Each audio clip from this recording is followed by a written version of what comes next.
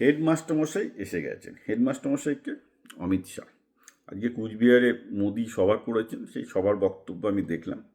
নতুন কিছু না, ওই পশ্চিমবঙ্গের মানে বেসিক্যালি আইন শৃঙ্খলা বলতে কিছু নেই, সব কিছু ভেঙে পড়েছে, which is in a way I don't disagree, it is to fact. আর সেকেন্ড হচ্ছে যে অমিত শাহ এসে দেখছেন যে সত্যি আমাদের পশ্চিমবঙ্গের বাংলা বিজেপি কাজ করছে কিনা। উনি একদম ঘাঁটি গেড়ে বসেছেন এবং এটাকে এখন ইলেকশন পর্যন্ত চালাবেন। এতে কি বাংলায় বিজেপির চান্স বাড়বে? দেখুন, আমি আবার বলছি যে এখানে একটা ভয়ের ব্যাপার তো আছেই। আমার নিজের যেটা গ্রামেগঞ্জে গিয়ে মনে হয়েছিল যে লোকে ভীষণভাবে ভয় পাচ্ছে, কারণ আগের বার যে মানে ভোটের পর যা মানে বিজেপির সাপোর্টাররা যে পরিমাণ মার খেয়েছিল এবং তারপর বিজেপির নেতারা পাশে দাঁড়ায়নি, সবচেয়ে বড় কথা। এবং যারা বিজেপির ঘরবাড়ি পুড়িয়েছিল তাদেরকেও অমিত শাহ কিন্তু কিছু করতে পারেননি। সুতরাং অমিত শাহ এসে ভরসা দিতে পারবেন এটা দেখুন, মানে এই ইলেকশনে লোকে যদি তৃণমূলের বিরুদ্ধে বিজেপিকে ভোট দেয়, যারা বিজেপিকে ভোট দেবেন তাদের কিন্তু যথেষ্ট সাহস দিতে হবে, কারণ বাঙালি এমনিতেই ভীতু, এমনিতে ভীষণ রকমের ভীতু লোক। তারপর যেটা বলেছি 2021 সালে মার খাওয়ার অভিজ্ঞতা আছে এবং মার খাওয়ার পর কিছুই হয়নি, মোটামুটি তাদের পেছনে বিজেপির নেতারা দাঁড়ায়নি। তো ওই ভয়ের স্কেয়ারটা রয়েছে। এখন সেটা অমিত শাহ একটা ইন্ডিয়ার গৃহমন্ত্রী এখানে বসে থেকে নিশ্চয়তা দিতে পারবেন কি পারবেন না সেটা আমরা দেখছি। কিন্তু হ্যাঁ, অবভিয়াসলি অমিত শাহর একটা ওয়েট আছে, তিনি 15 দিন বসে থাকছেন, মানে তো একটা তো উনি নিজেও কিছুটা তো এতদিনের অভিজ্ঞ রাজনীতিবিদ, নিশ্চয়ই বুঝবেন যে কি হচ্ছে।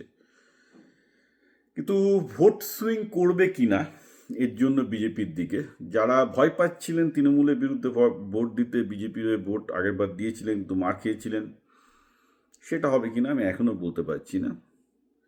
ডিপেন্ড করছে যে অমিত শাহ কতটা বিজেপির গ্রাউন্ডে ক্যাডারদেরকে জাগাতে পারবেন। দেখুন, ব্যাপারটা হচ্ছে এই যে এটা একটা ইন্টারেস্টিং ইলেকশন হবে, সন্দেহ নেই। কারণ তৃণমূল, আমি আবার বলছি, 10 পয়েন্ট প্লাসে আছে। এই কালিয়াচকের ঘটনার জন্য হয়তো বিজেপি আরও +2 পয়েন্ট গেইন করলো।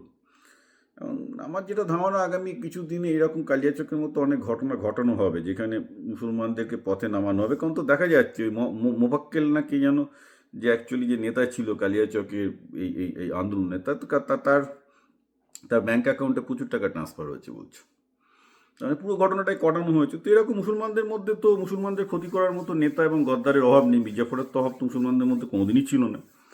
এদেরকে টাকা পয়সা দিয়ে বেশ কিছু আপনি দেখবেন এরকম মানে লুঙ্গি বাহিনীর অত্যাচার, লুঙ্গি বাহিনীর দিয়ে কিছু কিছু করানো হবে টাকা পয়সা দিয়ে, এবং প্রতিটা ঘটনাতেই বিজেপির 1-2% করে ভোট বাড়বে।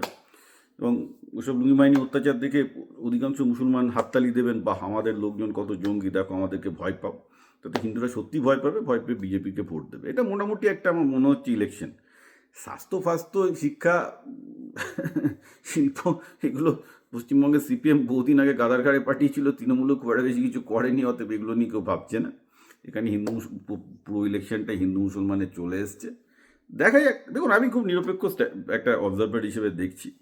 বিজেপির স্ট্র্যাটেজিটা পরিষ্কার দেখতে পাচ্ছি যে মুসলমানদের নেতাগুলোকে আয়দার ভাঙিয়ে বিজেপির তৃণমূলের ভোট ভাঙাও, তাদেরকে টাকা দিয়ে লুঙ্গি বাহিনীর অত্যাচার করো, সেই স্পেকটাকাল ক্রিয়েট করো, হিন্দুদের মনে ভয়েস সৃষ্টি করো এবং ভোটটা নাও।